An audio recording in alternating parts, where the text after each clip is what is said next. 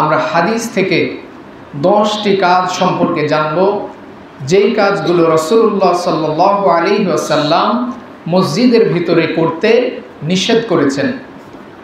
হাদিসের মধ্যে এই 10টি ছাড়াও আরও অনেক কারণ রয়েছে, অনেক কাজ রয়েছে যেই কাজগুলো রাসূলুল্লাহ সাল্লাল্লাহু আলাইহি ওয়াসাল্লাম মসজিদের ভিতর করতে নিষেধ করেছেন। কিন্তু সময় স্বল্পতার কারণে আজকে আমরা গুরুত্বপূর্ণ 10টি কাজ সম্পর্কে আলোচনা করব, যেই 10টি কাজ মসজিদের ভিতরে কখনোই করা যাবে না, রাসূলুল্লাহ সাল্লাল্লাহু আলাইহি ওয়াসাল্লামের নিষেধ। সম্মানিত হাজিরিন, আমরা ভূমিকায় কথা না বলে সরাসরি আলোচনার মধ্যে প্রবেশ করব।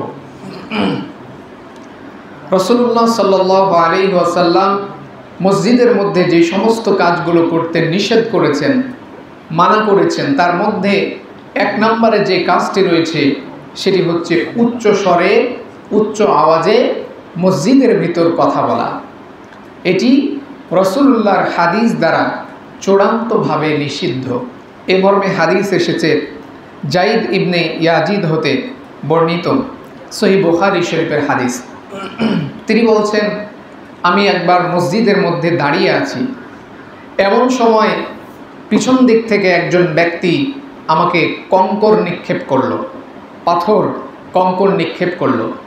আমি লক্ষ্য করে দেখলাম যে ব্যক্তি কঙ্কর নিক্ষেপ করেছে সে উমর ইবনে খাত্তাব রাদিয়াল্লাহু তাআলা আনহু। তিনি আমাকে কঙ্কর নিক্ষেপ করলেন, আমাকে ডাকলেন। এরপরে আমি যখন গেলাম তার কাছে, তখন তিনি আমাকে বললেন যে ওই 2 জন ব্যক্তি, তাদেরকে আমার কাছে নিয়ে আসো। আমি ওই 2 জন ব্যক্তিকে তার কাছে ডেকে নিয়ে আসলাম। যখন তিনি তার কাছে ওই 2 জন ব্যক্তি উপস্থিত হলো, ওমর ইবনে খাত্তাব রাদিয়াল্লাহু তাআলা আনহু, তিনি বললেন যে তোমাদের বাসা কোথায়, তোমরা কোন জায়গা থেকে এসেছো?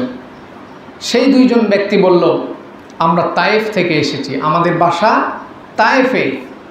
ওমর ইবনে খাত্তাব রাদিয়াল্লাহু তাআলা আনহু তিনি বললেন, যদি তোমাদের বাসা তায়েফে না হতো তাহলে আমি তোমাদেরকে চূড়ান্ত শাস্তি দিতাম, তার কারণ তোমরা রাসূলুল্লাহর মসজিদের মধ্যে উচ্চ আওয়াজে কথা বলেছো, যেটা রাসূলুল্লাহ নিষেধ করেছেন। তাহলে এই হাদিস থেকে আমরা যেটা পেলাম যে ওমর ইবনে খাত্তাব রাদিয়াল্লাহু তাআলা আনহু তিনি মসজিদের মধ্যে এরকম উঁচু আওয়াজে কথা বলা পছন্দ করেননি, রাসূলুল্লাহ নিষেধ করেছেন। এজন্য তিনি বলেছেন, তোমরা এই এলাকার লোক হলে অবশ্যই আমি তোমাদেরকে শাস্তি দিতাম, কিন্তু তোমাদের বাসা যেহেতু দূরে, তায়েফ থেকে এসেছো, এই জন্য আমি মাফ করে দিলাম। সম্মানিত হাজিরিন, তাহলে এই হাদিস আমাদের শিক্ষা দিচ্ছে যে মসজিদে আসার পরে, মসজিদে আসলে উঁচু গলায় উঁচু আওয়াজে কথা বলা যাবে না। তার কারণ এই জায়গাটা, মসজিদটা হচ্ছে দুনিয়ার মধ্যে, পৃথিবীর মধ্যে সবচাইতে উত্তম না নিকৃষ্ট? উত্তম জায়গা। দুনিয়াতে মসজিদ ব্যতীত আর কোনো দ্বিতীয় এমন কোনো জায়গা নাই যেই জায়গাটা মসজিদের থেকেও উত্তম।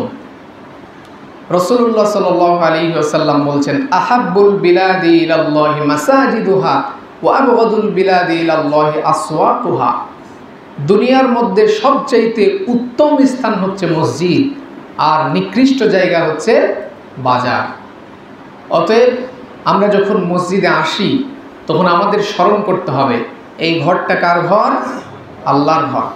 এটা আমাদের বাড়ি না, এটা চায়ের স্টল না, এটা হাট বাজার নয়, এটা কোনো প্রেসিডেন্ট, কোনো প্রাইম মিনিস্টার, কোনো এমপি, কোনো মন্ত্রী, কোনো সম্মানিত ব্যক্তির জায়গা নয়। এটা হচ্ছে আমাদের সৃষ্টিকর্তা মহান রব, মহান আল্লাহর ঘর। এর চাইতে সম্মানিত স্থান আর নাই। তাহলে আপনি চিন্তা করুন, যেখানে পৃথিবীর মধ্যে সবচাইতে সম্মানিত শ্রেষ্ঠ জায়গায় মসজিদ, এই মসজিদে এসে উঁচু গলায় উচ্চ আওয়াজে চিল্লাচিল্লি করা কোনো জ্ঞান বিবেকপূর্ণ মানুষের কাজ হতে পারে না। আমরা যদি কোনো এমপি, কোনো মন্ত্রী, কোনো প্রাইম মিনিস্টার ইনভাইট করে, আমাদেরকে দাওয়াত দেয়, আপনাকে একজন দাওয়াত দিল, কোনো ভিআইপি, কোনো সিআইপি আপনাকে দাওয়াত দিল, আপনি গেলেন, আপনি কি তার বাসায় গিয়ে, তার বাসভবনে গিয়ে, বা আপনাকে যেখানে দাওয়াত দেওয়া হয়েছে সেখানে গিয়ে আপনি বাসায়, চায়ের স্টলে, দোকানে যেমন জোরে জোরে কথা বলেন, সেখানে গিয়ে কি সেই রকম আচরণ আপনি করবেন? নাকি আপনি নীরব নিস্তব্ধ একটি ভদ্রতা বজায় রাখবেন, যে এখানে আমি একটা ভদ্র জায়গায় এসেছি, সম্মানিত ব্যক্তির জায়গায় এসেছি, এখানে উঁচু গলায়, জোরে গলায় কথা বলা চলবে না।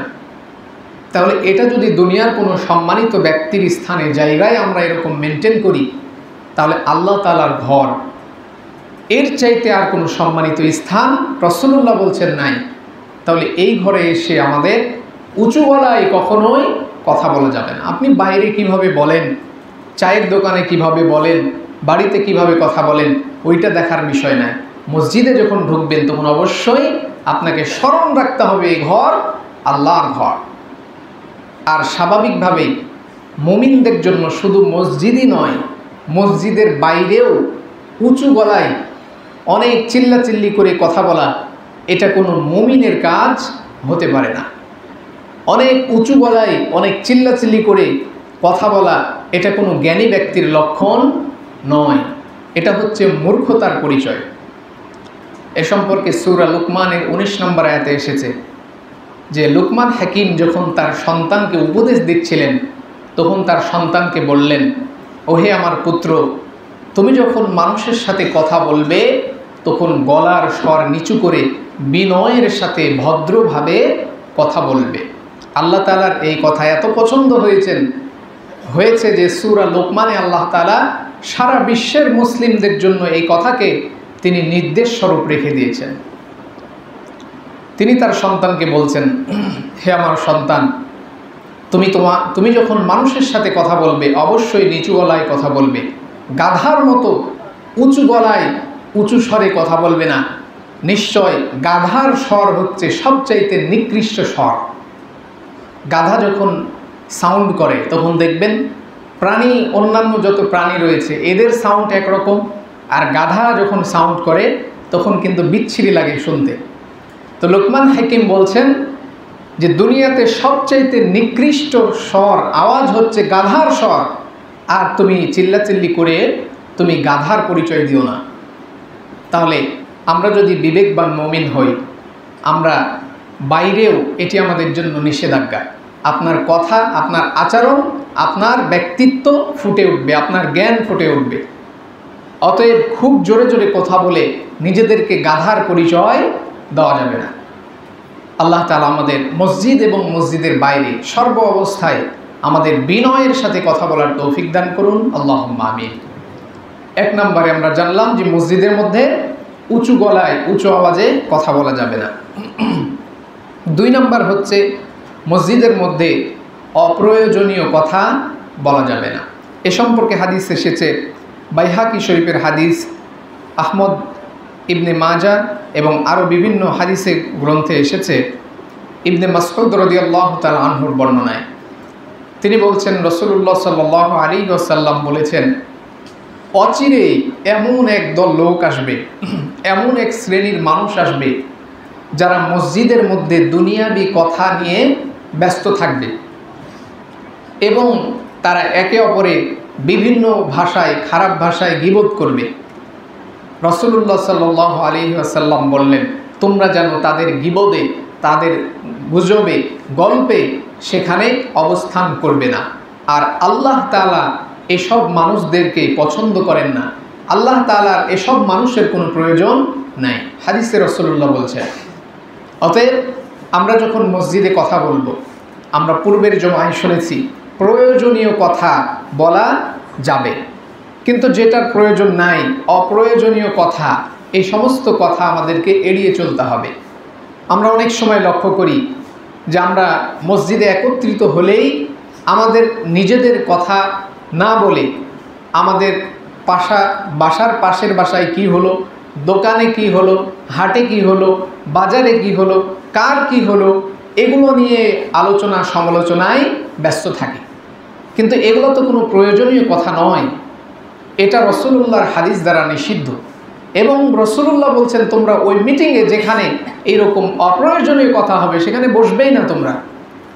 অচিরে এক লোক আসবে, এক শ্রেণীর লোক যারা এইরকম মসজিদে কুণ্ডলি পাকিয়ে বসে এভাবে অপ্রয়োজনীয় দুনিয়াবি কথা নিয়ে ব্যস্ত থাকবে।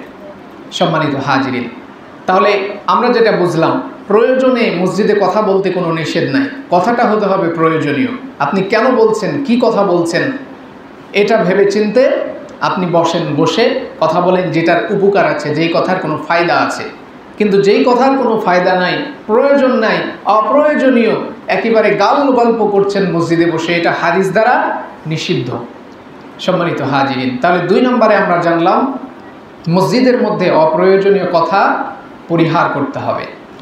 3 নম্বরে মসজিদের মধ্যে যেটি পরিহার করতে হবে সেটি হচ্ছে দুর্গন্ধযুক্ত খাবার খেয়ে আসা যাবে না। এ সম্পর্কে হাদিস এসেছে জাবের ইবনে আবদুল্লাহ হতে, মুসলিম শরীফে হাদিস।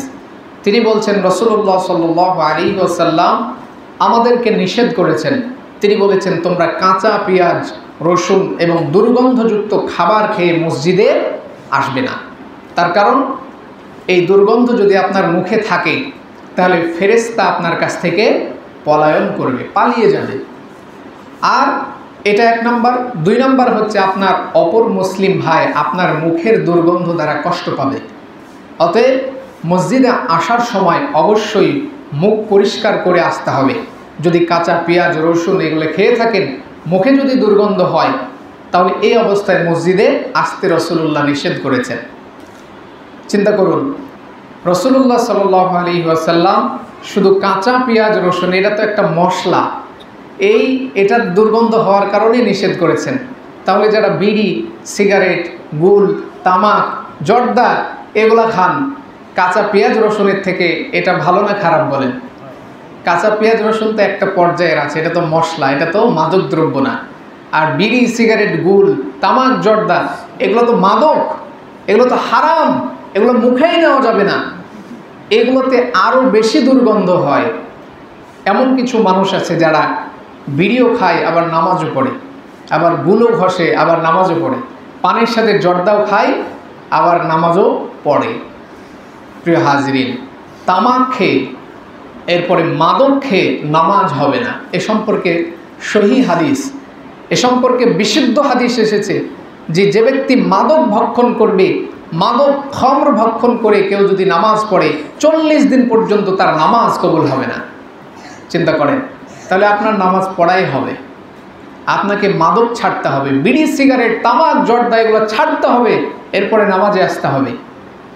সম্মানিত হাজিরিন, তাহলে আমরা এই বিষয়ে অবশ্যই খেয়াল রাখব যে আমরা সকল প্রকার নেশা জাতীয় দ্রব্য এবং দুর্গন্ধযুক্ত যেগুলো খাবার রয়েছে, এই দুর্গন্ধযুক্ত খাবার খেয়ে মসজিদে আসবো না। রাসূলুল্লাহ সাল্লাল্লাহু আলাইহি সাল্লাম নিষেধ করেছেন।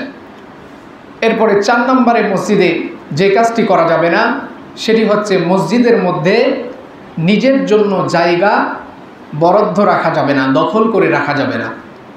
এ সম্পর্কে হাদিস এসেছে আব্দুর রহমান ইবনে শিবলি হতে বর্ণিত, আবু দাউদ শরীফের হাদিস। তিনি বলছেন রাসূলুল্লাহ সাল্লাল্লাহু আলাইহি ওয়াসাল্লাম আমাদেরকে 3টি কাজ করতে নিষেধ করেছেন। এক হচ্ছে মসজিদে এসে কাকের ঠোকর মারার মতো ঠকঠক করে সেজদা মারতে নিষেধ করেছেন। মানে খুব দ্রুত এসেই ঠকঠক করে 2-1টা সেজদা দিয়ে নামাজ পড়েই বাড়ি, এই ঠকঠক করে সেজদা দিয়ে দ্রুত তাড়াতাড়ি নামাজ পড়তে রাসূলুল্লাহ নিষেধ করেছেন। 2 নম্বর হচ্ছে চতুষ্পদ জানোয়ারের মতো, চতুষ্পদ পশুর মতো মসজিদে এসে 4 হাত পা ছিটিয়ে দিয়ে বসা যাবে না। এটা বসাও যাবে না, আবার সিজদাও দেওয়া যাবে না। আমরা অনেক সময় সিজদা দিই, সিজদা দেওয়ার তো একটা নিয়ম পদ্ধতি আছে। আপনার 2 হাঁটু মাটিতে থাকবে, 2 হাতের তালু মাটিতে থাকবে, কপাল, নাক মাটিতে থাকবে, কিন্তু আপনি হাত, কপাল সব কিছু ছিটিয়ে দিয়ে শুয়ে পড়ার মতো করে যদি সিজদা দেন, দেখবেন যে কুকুর যখন শয় তখন কি 4 হাত পা ছিটিয়ে দিয়ে পেটটা নিচের মধ্যে দিয়ে শুয়ে থাকে। তো রাসূলুল্লাহ সাল্লাল্লাহু আলাইহি ওয়াসাল্লাম এভাবে করে মসজিদে বসতে, শুইতে এবং এভাবে সিজদা দিতেও নিষেধ করেছেন। 2 নম্বর। 3 নম্বর হচ্ছে রাসূলুল্লাহ বললেন, তোমরা উটের মতো মসজিদে এসে নির্দিষ্টভাবে জায়গা তোমাদের জন্য দখল করে রাখবে না। রাসূলুল্লাহ 3টি বর্ণনা দিয়েছেন, 3টি প্রাণীর বর্ণনা দিয়ে, কারণ এই 3টি প্রাণীর বৈশিষ্ট্যর মধ্যে এগুলো রয়েছে। উটের বৈশিষ্ট্য হচ্ছে উট যে জায়গায় বসবে সে বারবার একই জায়গাতেই বসবে এবং সেই জায়গায় আর কাউকে বসতেও দিবে না। আপনি যেখানেই রাখবেন দ্বিতীয়বার উঠকে আর আরেক জায়গায় রাখা লাগবে না, সে নিজে এসে ওখানে সেম জায়গাতে এসে বসে যাবে। এজন্য রাসূলুল্লাহ বললেন, উটের মতো তোমরা নির্দিষ্ট জায়গা মসজিদ দখল করে রাখবে না। অর্থাৎ কেউ যদি, কোনো ব্যক্তি এসে যদি বলে মসজিদের এই জায়গাটা আমার, এখানে কেউ বসবেন না, এটা হচ্ছে নিষিদ্ধ। কিন্তু কেউ যদি আগে এসে প্রথম কাতারে তার যে জায়গা পছন্দ সে জায়গায় এসে বসে পড়লে কোনো সমস্যা নাই। কিন্তু সবাই জানে এক জায়গা আছে, এই জায়গাটা হচ্ছে অমুক ব্যক্তির, এই জায়গায় বসা যাবে না। এইরকমভাবে কেউ যদি জায়গা ঘিরে রাখে তাহলে রাসূলুল্লাহ বলছেন এটা নিষিদ্ধ। তার কারণ মসজিদ কোনো ব্যক্তির নয়, মসজিদ সবার, মসজিদ আল্লাহর ঘর। মসজিদে কেউ যদি অনেক দান করে সে কি দাবি করতে পারবে যে আমার জন্য এই জায়গাটুকু ঘিরে রাখতে হবে, এখানে কেউ বসতে পারবে না? দাবি করতে পারবে? পারবে না। এমনকি সম্পূর্ণ মসজিদে যদি কেউ তৈরি করে দেয়, সে ব্যক্তি যদি বলে যে আপনারা নামাজ পড়বেন কিন্তু আমার জন্য একটা জায়গা বরাদ্দ রাখবেন, করা যাবে? যাবে না। মসজিদ হচ্ছে আল্লাহর ঘর, এখানে কোনো নেতাগিরি, কোনো প্রভাব প্রতিপত্তি চলে না। সম্মানিত হাজিরিন, এমনকি এটি বোঝানোর জন্য আরেকটি উদাহরণ দিচ্ছি। এমনকি যদি মনে করেন বাংলাদেশের এখন প্রেসিডেন্ট ডক্টর ইউনূসও আসে, এখানে তো আসবে না, মনে করেন আসলো, জুমার নামাজ পড়তে আসলো, এখন সম্পূর্ণ মসজিদ পরিপূর্ণ হয়ে গেছে, একটুকু জায়গা ফাঁকা নাই, একটা মানুষ দাঁড়াবার জায়গা নাই। এখন ডক্টর ইউনূস যদি বলে আমি বাংলাদেশের প্রধানমন্ত্রী, একজন মুসল্লি আপনি বের হয়ে যান, আপনার জায়গাটা ছেড়ে দেন আমার জন্য, আমি ওখানে নামাজ পড়ব, ডক্টর ইউনূসের এই ক্ষমতা নাই।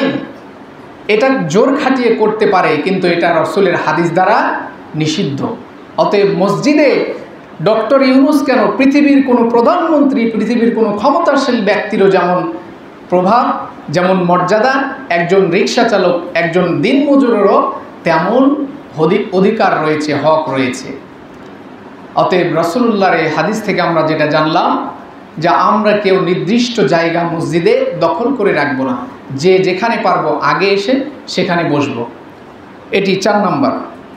5 নম্বরে মসজিদে এসে নিষিদ্ধ আরেকটি কাজ সেটি হচ্ছে মসজিদ থেকে কাউকে উঠিয়ে দেওয়া যাবে না। কেউ যদি কোনো জায়গায় বসে আছে, এটি 4 নম্বরেরই রিলেটেড। রাসূলুল্লাহ সাল্লাল্লাহু আলাইহি ওয়াসাল্লাম এ ব্যাপারে বলছেন মুসলিম শরীফে জাবের ইবনে আব্দুল্লাহ হতে, তিনি বলছেন তোমরা কেউ যখন বসে থাকবে তার বসার স্থান থেকে তাকে উঠিয়ে দিয়ে তোমরা সেই স্থানে বসবে না, তোমরা তাকে জায়গা প্রশস্ত করতে বলবে।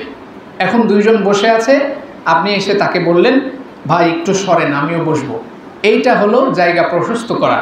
কিন্তু তাকে বললেন আপনি উঠেন আমি এখানে বসবো, এটা নিষিদ্ধ, চরমভাবে নিষিদ্ধ। মসজিদে যে যেখানে আগে এসে বসবে তাকে উঠানোর ক্ষমতা কারো নাই। অতএব মসজিদে কোনো জায়গা বরাদ্দ করা যাবে না, নির্দিষ্টকরণ করা যাবে না। যে আগে আসবে সে যদি আগে এসে তার পছন্দের জায়গায় বসে যায় তাহলে কোনো সমস্যা নাই, কিন্তু পরে এসে কাউকে উঠিয়ে দেওয়া এটি হাদিস দ্বারা নিষিদ্ধ। সম্মানিত হাজিরিন, তাহলে 5 নম্বরে আমরা জানলাম কাউকে আমরা মসজিদ থেকে তার কোনো জায়গা থেকে উঠিয়ে দিব না, এটি হাদিস দ্বারা নিষিদ্ধ। 6 নম্বর হচ্ছে মসজিদের মধ্যে হারানো বস্তুর ঘোষণা দেওয়া যাবে না। এ সম্পর্কে হযরত আবু হুরায়রা রাদিয়াল্লাহু তাআলা আনহুর হাদিস, তিনি বলছেন রাসূলুল্লাহ সাল্লাল্লাহু আলাইহি ওয়াসাল্লাম আমাদেরকে নিষেধ করেছেন যে তোমরা যদি দেখো যে মসজিদে এসে হারানো বস্তুর ঘোষণা দিচ্ছে, হারানো বস্তুর খোঁজ করছে, তাহলে তোমরা যেন তাকে বলবা, তার জন্য দোয়া করবে যে তুমি যেন এই হারানো বস্তু আর ফেরত না পাও। তাহলে রাসূলুল্লাহর এই হাদিস দ্বারা কি বোঝা গেল যে কেউ যদি হারানো বস্তুর ঘোষণা মসজিদে দেয় তাহলে আমাদেরকে রাসূল বলতে বলেছেন তুমি যেন হারানো বস্তু আর খুঁজেই না পাও। রাসূলুল্লাহ দোয়া করেছেন সে আর হারানো বস্তু খুঁজেই পাবে না মসজিদে এসে ঘোষণা দিলে। আমরা অনেক সময় এটা করি যে হুজুর আমার গরু হারিয়ে গেছে, ছাগল হারিয়ে গেছে, একটু ঘোষণা দেন, মাইকে ঘোষণা দেন, মসজিদে সবাইকে বলেন। এটি মসজিদের জন্য নয়। রাসূলুল্লাহ বলছেন মসজিদ হারানো বস্তুর ঘোষণা দেওয়ার জন্য তৈরি করা হয়নি। অতএব মসজিদে এসে কেউ হারানো বস্তুর ঘোষণা দিতে পারবে না।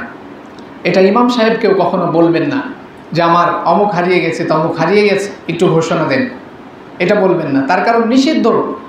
এটা ঘোষণা করতে রাসূলুল্লাহ নিষেধ করেছেন। তবে এই রকমটা হতে পারে যে দেখা যাচ্ছে কারো কোনো বস্তু রেখে চলে গেছে। অনেক সময় এরকম হয়, কেউ ছাতা রেখে গেছে, কেউ জুতা রেখে গেছে, কেউ টাকা ফেলে রেখে গেছে, এটা কেউ পেল মসজিদে, এটা তো মুসল্লিরই কারো না কারো। তাহলে এ সম্পর্কে মানুষকে সচেতন করার জন্য যে একজনের অমুক জিনিস পাওয়া গেছে, তমুক জিনিস পাওয়া গেছে, এটা বলা দোষের কোনো বিষয় নয়। কিন্তু আমার অমুক হারিয়ে গেছে, তমুক হারিয়ে গেছে, পাওয়া যাচ্ছে না 3 দিন যাবত, 10 দিন যাবত, এই ঘোষণা মসজিদে দিতে রাসূলুল্লাহ নিষেধ করেছেন। সম্মানিত হাজিরিন, তাহলে 6 নম্বরে মসজিদে হারানো বস্তুর কোনো ঘোষণা দেওয়া যাবে না। 7 নম্বরে মসজিদে যেটি নিষেধ সেটি হচ্ছে মসজিদ নিয়ে গর্ব করা। মসজিদ নিয়ে গর্ব করতে রাসূলুল্লাহ নিষেধ করেছেন। আবু দাউদ শরীফের হাদিসে তিনি বলছেন, ততদিন পর্যন্ত কিয়ামত সংঘটিত হবে না যতদিন মানুষেরা একে অপরে মসজিদ নিয়ে গর্ব করা শুরু করবে। অর্থাৎ শেষ জামানার একটি লক্ষণ হবে এটি, যে মানুষ সব কিছু বাদ দিয়ে মসজিদ নিয়ে একে অপরে গর্ব করা শুরু করবে। কেউ বলবে আমার মসজিদে 10টা এসি আছে, কেউ বলবে আমার মসজিদ টাইলস আছে, কেউ বলবে আমার মসজিদ এত বড়, আমার মসজিদের কাতার 15টা, আমার মসজিদের কাতার এতটা, আমার মসজিদে এই আছে সেই আছে। এগুলো হচ্ছে মসজিদ নিয়ে গর্ব করা, মসজিদ নিয়ে বাড়াবাড়ি করা। মসজিদে এসি, মসজিদে টাইলস, মসজিদে 10 তলা 5 তলা দিয়ে মসজিদের মর্যাদা বৃদ্ধি হয়? মসজিদ যদি টিনেরও হয়, আমাদের মসজিদ টিনের ঘর, তাহলে এই মসজিদের যারা জামাত পড়বে আর যারা এসি মসজিদে, যারা টাইলসের মসজিদে, যারা অনেক 2 তলা 5 তলা 10 তলায় মসজিদে নামাজ পড়বে, তাদের নামাজের মর্যাদা কি অনেক বেশি নাকি? মর্যাদা একই। আপনি জামাতে নামাজ পড়লে জামাতের সওয়াব পাবেন, মসজিদ টাইলসের হোক, টিনের হোক, বেড়ার হোক, মাটির হোক, এটা কোনো মর্যাদার দিক থেকে ত্রুটি করবে না। অতএব মসজিদ নিয়ে বাড়াবাড়ি করা, গর্ব করা, এটি কিয়ামতের একটি আলামত। রাসূলুল্লাহ এটি করতে নিষেধ করেছেন। সম্মানিত হাজিরিন, তাহলে 7 নম্বর হচ্ছে মসজিদ নিয়ে গর্ব করা, বাড়াবাড়ি করা নিষিদ্ধ। 8 নম্বরে মসজিদে যেটি করা নিষেধ সেটি হচ্ছে ক্রয় বিক্রয়। মসজিদে কোনো ধরনের ক্রয় বিক্রয় চলবে না। এ সম্পর্কে হাদিস এসেছে তিরমিজি শরীফে হযরত আবু হুরায়রা রাদিয়াল্লাহু তাআলা আনহুর বর্ণনায়। তিনি বলছেন, রাসূলুল্লাহ সাল্লাল্লাহু আলাইহি ওয়াসাল্লাম বলেছেন, তোমাদের মধ্যে কেউ যদি দেখে কাউকে মসজিদে ক্রয় বিক্রয় করছে, তাহলে তোমরা বলবে তোমার ক্রয় বিক্রয়ে যেন কোনো লাভ না হয়। রাসূলুল্লাহ এই দোয়া করতে বলেছেন, কারণ মসজিদ এটার জন্য বানানো হয়নি যে মসজিদে মুসল্লি নামাজ পড়তে আসবে আর আপনি মসজিদের মুসল্লিদের মাঝে ক্রয় বিক্রয় করবেন। বেচা কেনা করবেন মসজিদের বাইরে, কিন্তু মসজিদের ভিতরে কোনো বেচা কেনা চলবে না। এটি হাদিস দ্বারা নিষিদ্ধ। 9 নম্বরে মসজিদের মধ্যে এসে যেটি করা যাবে না সেটি হচ্ছে মসজিদে আরেকজন ব্যক্তি যদি ইবাদত করে, আরেকজন ব্যক্তি যদি নামাজ পড়ে, জিকির করে, কোরআন তেলাওয়াত করে, তাহলে কোনোভাবেই তার ইবাদতে, তার জিকিরে ব্যাঘাত ঘটানো যাবে না। এ সম্পর্কে আবু সাইদ খুদরি হতে বর্ণিত হয়েছে, আবু দাউদ শরীফের হাদিস। তিনি বলছেন, একবার নবী করিম সাল্লাল্লাহু আলাইহি ওয়াসাল্লাম ইতিকাফে আছেন।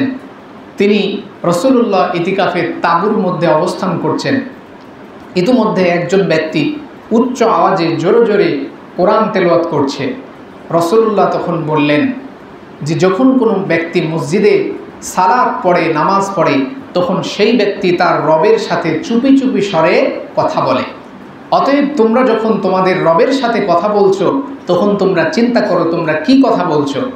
আর তোমরা যেন এটা না করো যে তোমরা একজনের থেকে আরেকজনের উপরে উঁচু আওয়াজে কোরআন তেলাওয়াত করো, এটা যেন না হয়। তাহলে রাসূলুল্লাহ এই হাদিস থেকে আমরা যেটা পাচ্ছি যে নামাজ যদি কেউ পড়ে, রাসূলুল্লাহ অনেক জোরে কোরআন তেলাওয়াত করতেও নিষেধ করেছেন। এভাবে করে কেউ যদি জিকির করে, কেউ তেলাওয়াত করে, কেউ কোনো ইবাদত বন্দেগীর মধ্যে মসজিদে আছে, তাহলে কোনোভাবেই তাকে ডিস্টার্ব দেওয়া যাবে না। উচ্চ আওয়াজে কথা বলে, জোরে কোরআন তেলাওয়াত করে কোনোভাবেই তার ইবাদতে ব্যাঘাত ঘটানো যাবে না।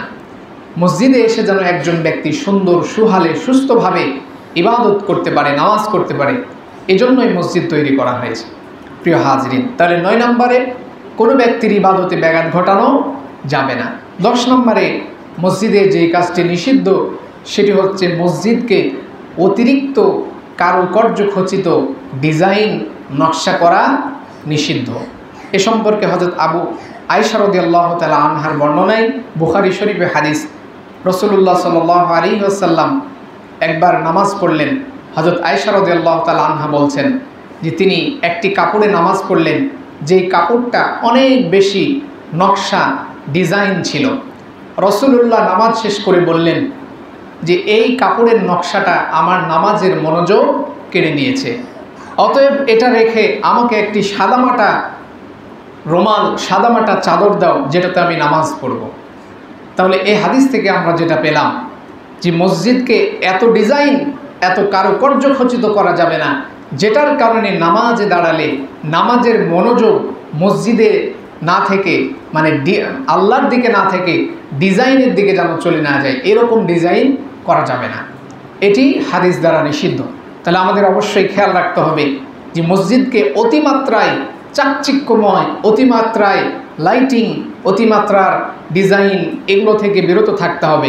মসজিদকে একটু সাদামাটা রাখতে হবে যাতে করে ইবাদতের কোনো মনোযোগ এর ব্যাঘাত না ঘটে। সম্মানিত হাজিরিন, আমরা আজকে 10টি কাজ সম্পর্কে জানলাম যে 10টি কাজ মসজিদে এসে করা নিষিদ্ধ। রাসূলুল্লাহ সাল্লাল্লাহু আলাইহি ওয়াসাল্লাম এই 10টি কাজ থেকে আমাদের সকলকে বিরত থাকতে বলেছেন, বেঁচে থাকতে বলেছেন। আল্লাহ তাআলা আমাদের সকলকে মসজিদে এসে এই 10টি কাজ থেকে বেঁচে থাকার তৌফিক দান করুন। আল্লাহুম্মা আমিন।